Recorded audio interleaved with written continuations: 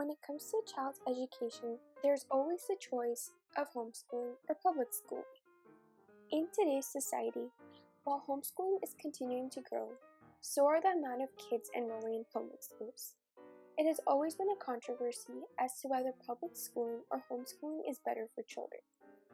When thinking about where you want to put your child in, there are many factors to look at, such as the pros and cons of both types of schooling and also how they both can affect a child.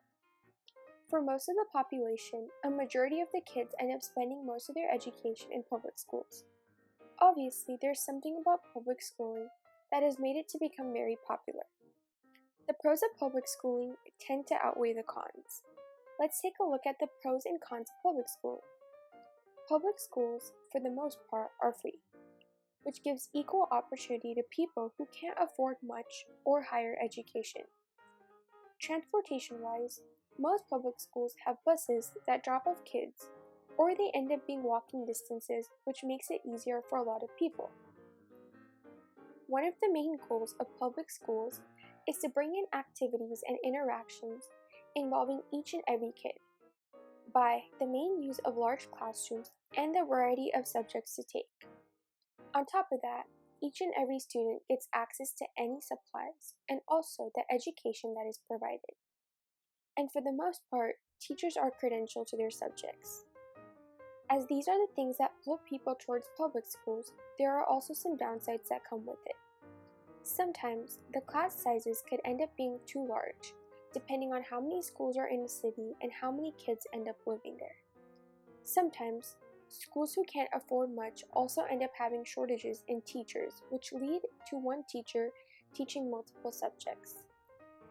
Another thing that people hate having to deal with and take are standardized tests. Now, while most public schools are good at having educational classes such as science, math, and history, they tend to cut down or lose out on art programs. For many years, a lot of schools have had to cut art programs due to budget cuts or not having enough children, or just the plain fact that the school does not want it. As we see in a lot of schools, most children like to take part in multiple art programs, giving them ways to express themselves and learn new things. As one can see, public schooling generally tends to pull people towards it.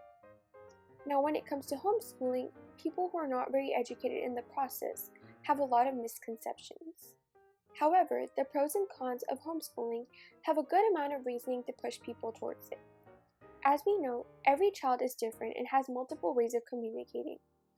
When looking at the pros of homeschooling, parents have the ability to choose the curriculum they want for their child.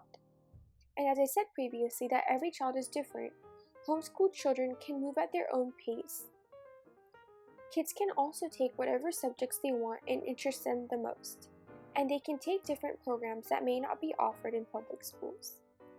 However, homeschooling could end up being a little more costly, as learning materials and work do not generally come for free. The person responsible for the child's education needs to make sure that they are good at their job and makes sure to cover everything, because at the end of the day, homeschooling should still end up providing equal education.